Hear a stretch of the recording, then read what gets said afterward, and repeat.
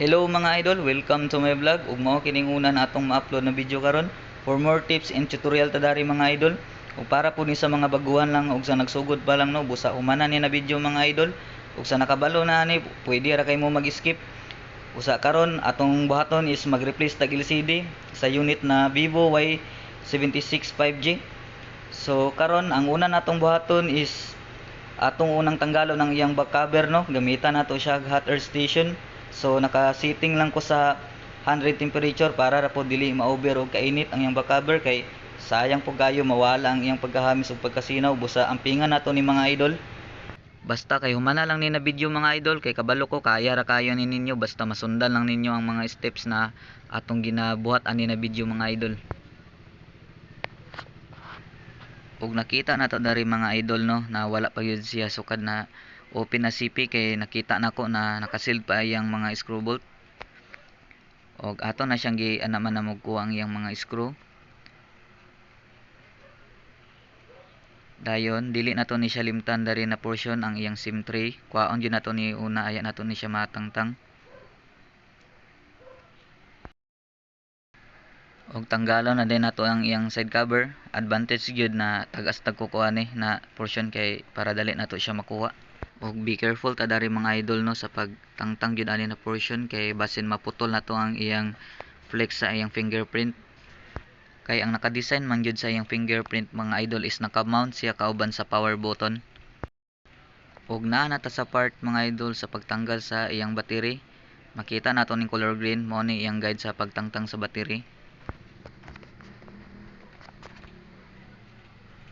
And before dita mag-apply og hot air sa tong LCD sa pagpainit ani mga idol is tanggalon sa nato iyang front camera kay possible jud na ma-damage ang camera kay mag-apply man ta og init sa iyang LCD para mao tong steps para matangtang nato mga idol.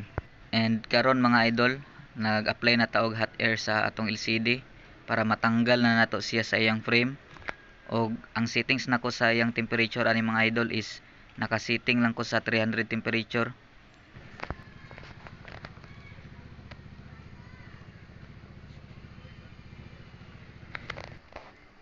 And finally natanggal na gyud siya nato mga idol no. And kaning mga cover natong nangatanggal mga idol is need nato ni siya cleaning daan no. Kay para mag-apply ta og adhesive niya na bago is mohawid gyud siya pagayo.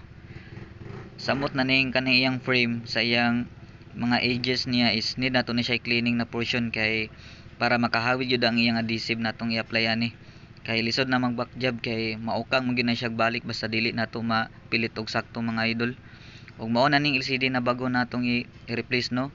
So nakita nato na dili sa nako na butangan og adhesive no kay para pod na dili mabuid ang iyang warranty. Kay need man nato na i-test daan aya nato siya i-fix og pilit. Mao nang i-testing sa gyud nato siya daan idol. Aya nato siya i-fix og pilit.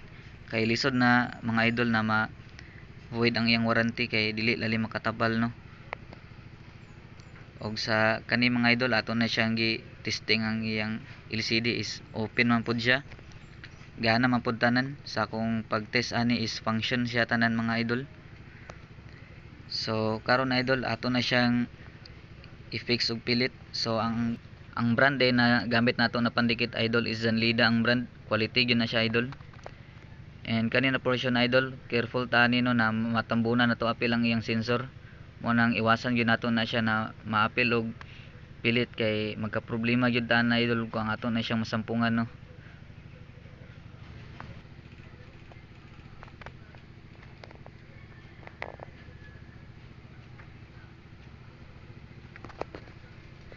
And kaning iyang camera mga idol, i-secure gyud nato ni na mahinluan gyud siya no. Aya nato siya ibalik. Then ato na siyang ipangbalik tanan screw bolt niya. Kung unsa atong pagtangtang ganina, maora gyapon natong ibalik. Dayon ato na rin siyang takluban. Ato na siyang gi-applyan og adhesive ang iyang back cover.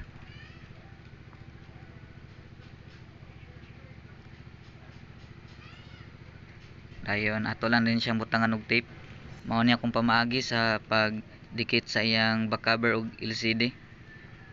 Kailangan nato ni pagtiyagaan para makahawid gyud siya og sakto. Og mao ni mga idol no. Goods good siya, gana siya tanan. So Mao ra to mga idol, salamat kay sa inyong pagsubay sa atong video. And please like and subscribe sa mga idol.